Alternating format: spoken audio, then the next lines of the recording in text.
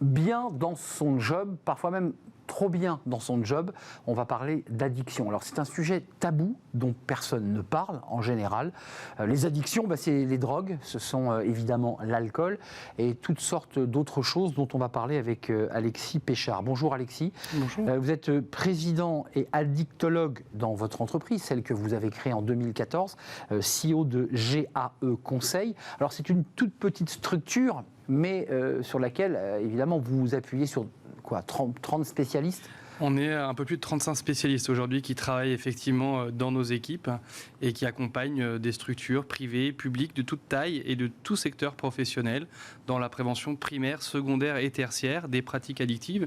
Donc tout ce qui a trait, vous l'avez dit, à la consommation de produits dits psychoactifs comme l'alcool, les médicaments, les produits stupéfiants, mais également sur toutes ces addictions dites sans produits, les addictions comportementales dont on parle de plus en plus ces derniers temps. Je pense aux pratiques d'hyperconnexion bien sûr, d'addiction au jeu, les cyberdépendances de manière plus générale, les pratiques d'achat compulsif, les troubles du comportement alimentaire, l'addiction au sexe et à la pornographie. Voilà, toutes ces dépendances qui sont de l'ordre du comportement et qui posent un certain nombre de problèmes également. Vous levez finalement les coins de voile sur des sujets dont on n'ose pas parler, mais dont les RH sont confrontés avec toute cette palette d'addiction. Pourquoi c'est tabou ? C'est toujours tabou d'ailleurs ce sujet ?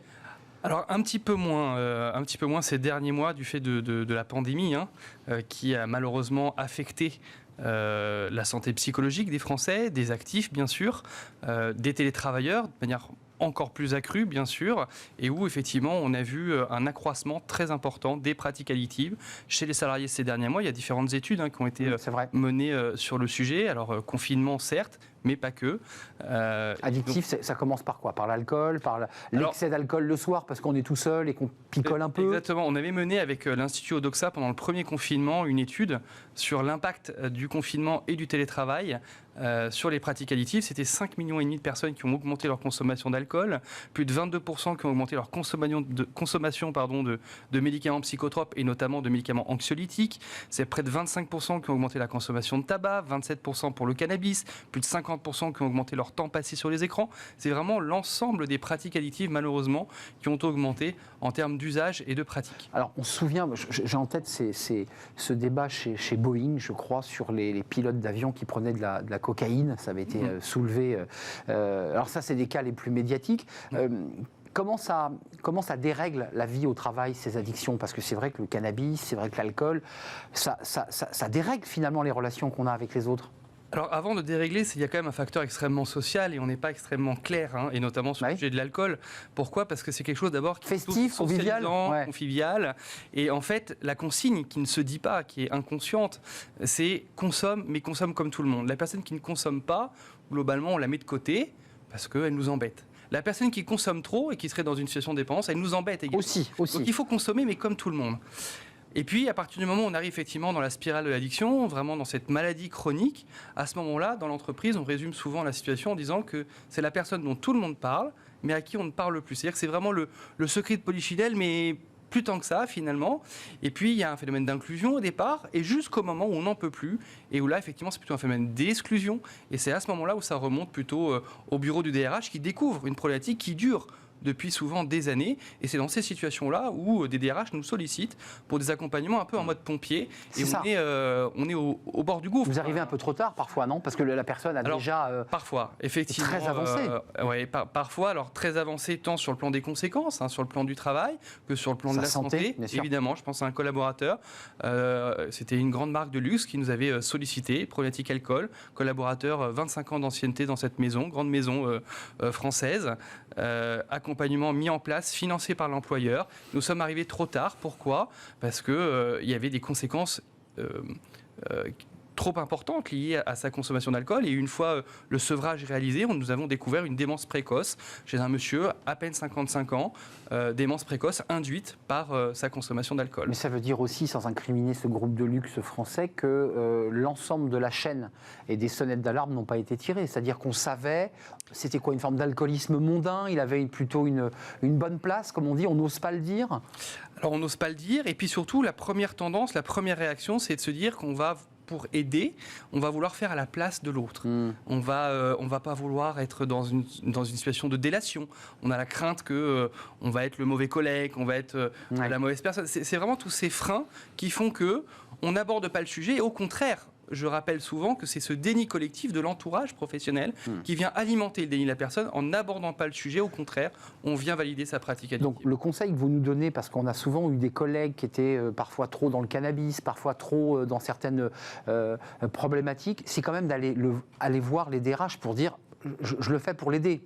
Il ne faut pas le laisser seul. Le DRH, pourquoi pas, mais la première chose, c'est d'aborder le sujet que la personne... Avec lui. La personne directement, en fait. C'est à partir du moment où on s'inquiète, c'est qu'il y a quelque chose qui a changé.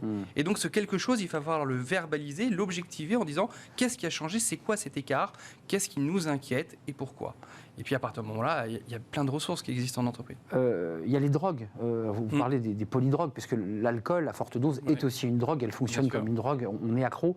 Le cannabis, là, on parlait d'un peu de l'alcoolisme mondain, c'est-à-dire de cadres qui, d'abord, prennent l'apéritif, puis finalement deviennent alcooliques. Mais il y a aussi toute cette pratique du cannabis de ceux qui travaillent la nuit, dans les entrepôts.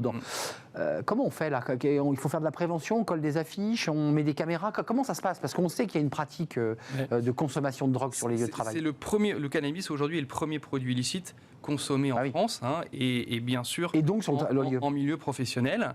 Alors aujourd'hui, on a des entreprises qui mettent en place des politiques globales de prévention. Il ne s'agit pas d'avoir une approche qui serait stigmatisante sur un produit plus qu'un autre, ça c'est très important. Donc il faut faire vraiment attention à ça. Qui intègrent au-delà de tout ce qu'ils mettent en place en termes de politique de prévention globale, de dialogue social également, parce que c'est éminemment un sujet de dialogue social dans l'entreprise, c'est très important. Ils mettent en place également souvent des actions de dépistage, alcool et stupéfiants, qui participent à un moment donné à la prise de conscience chez des personnes qui ne sont pas encore dans une situation de dépendance et qui ont cette peur, entre guillemets, du gendarme. Alors, là, c'est la peur du gendarme. Avec les bons et les mauvais côtés. Parce que derrière, c'est la sanction. Exactement. Oui, derrière, c'est la sanction et la mise à pied, parfois le licenciement. Je voudrais qu'on regarde, parce que vous êtes aussi sur ce plateau, parce qu'il y a une grande campagne qui se lance. Exactement. Et je ne voudrais pas qu'on l'oublie avant de se quitter. Alors, c'est les grandes compagnies d'assurance, les 7 acteurs principaux de la protection sociale, AG2R, la Mondiale, la MAF, la GMF, la MMA, le groupe Agrica, la FAST, le Fonds d'action sociale de travail temporaire, et la CCMO Mutuelle, je ne voulais pas l'oublier. Regardez ce petit clip, parce que c'est un escape game. Voilà, c'est une manière un peu ludique d'aborder le sujet versus western. Voilà, pour discriminer personne, ça se passe au moment du western. On va regarder quelques images, puis vous allez nous expliquer quel est l'esprit de ce jeu. Je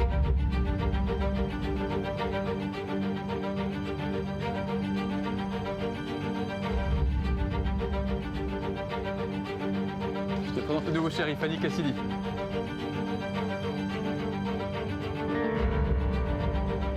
Vous savez ce qui est arrivé à mec? J'espère qu'il pourrit au fond d'un ravin.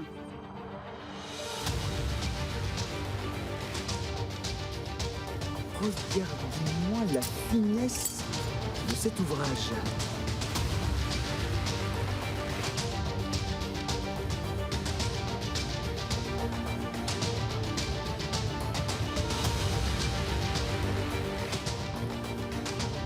De l'addiction. Voilà, on revient avec ce petit geste de mon stylo. Concrètement, l'idée c'est quoi? C'est de rendre ludique quelque chose qui est très sensible, dont on a peur de parler. Exactement. L'idée, c'est de s'adresser au plus grand nombre. C'est un escape game qui va être, grâce aux partenaires de la protection sociale que vous avez cité à l'instant, on touche plus de 52% des Français. Donc c'est vraiment une campagne d'envergure nationale extrêmement importante. Je souligne et je remercie encore une fois ces acteurs qui ont bien voulu répondre à notre appel, à notre alerte, il y a plusieurs mois, avant même le début de la crise sanitaire. Et qui estiment que c'est important de... qui sont vraiment conscients et extrêmement socialement engagés sur le fait que les pratiques de santé publique, ils doivent se positionner et ils ont une réponse à apporter. Et donc, effectivement, cette campagne est un premier élément de réponse pour sensibiliser le plus grand nombre et favoriser une prise de conscience. On y joue où à cet escape game? Comment on fait là pour accéder à ce jeu? Est-ce que c'est les entreprises qui le mettent en place? Comment vous l'organisez, l'escape game? En fait, c'est chaque partenaire, ces différentes marques, AG2R, Agrica, etc., qui communiquent auprès de leurs bénéficiaires, de leurs assurés, mais également auprès de leurs salariés, bien évidemment. Ce n'est pas uniquement pour leurs clients. C'est pour leurs équipes. C'est aussi pour... Ils sont peut-être concernés. Il n'y a pas de, là encore, il n'y a pas de discrimination et qui communiquent avec des accès qui leur sont directement réservés. Donc ça partira de ces grandes compagnies ou de ces travailleurs, ces spécialistes de l'action sociale et des mutuelles qui feront descendre vers les entreprises à elles de s'en emparer. Avec des stratégies. Et ce n'est pas que les entreprises, c'est tous les bénéficiaires. Tous les bénéficiaires. Ça va de personnes retraitées aux plus jeunes. Enfin, voilà, ce n'est pas uniquement en l'occurrence des actifs. Ça a commencé le 22 septembre, donc il y a quelques jours maintenant. Ça va durer combien de temps cette initiative C'est une campagne qui va durer pendant 3 ans. Avec une mise en ligne et donc cette accessibilité pendant 3 ans. Au-delà de l'escape game et donc de ce principe de devenir acteur de sa propre prévention, parce que c'est vraiment ça l'idée qu'il y a derrière. Les participants vont être amenés à rencontrer, en l'occurrence, un addictologue et un psychologue qui vont leur délivrer, en fonction de leur choix, de leurs interactions dans cette campagne de prévention, des conseils de prévention spécifiques. Avant de nous quitter, Alexis, j'ai pas compris comment ça marchait cet escape game. En 2 mots, comment ça marche? Alors c'est des vidéos, simplement en mode lecture, et vous allez voir des arrêts sur image et avec des énigmes, des activités à Et on est un acteur de cet escape game. Exactement. À distance. C'est pas bon pour ceux qui sont trop addicts à leur téléphone quand même. C'est limité dans le temps. C'est limité dans le temps, parce que c'est important. Il y a quand même beaucoup de gens qui sont accros à tous les réseaux sociaux qui les rendent dingues et qui leur fait perdre un temps fou par ailleurs. Merci Alexis Péchard. Peut-être vous reviendrez nous voir dans 6 mois pour voir un petit peu où en est ce jeu, cet escape, et puis qu'est-ce qui est ressorti finalement. Est-ce que les gens s'en sont vraiment emparés? Ça, c'est intéressant de le savoir. Président, addictologue et CEO de GAE Conseil, c'est votre entreprise, et vous l'avez créé en 2014. L'un des experts français sur ces questions d'addictologie en entreprise notamment. Merci de nous avoir rendu visite. Tout de suite, c'est le livre de Smart Job, comme chaque vendredi. Un auteur, un livre, et là on parle des cancres. Et oui, on l'accueille tout de suite.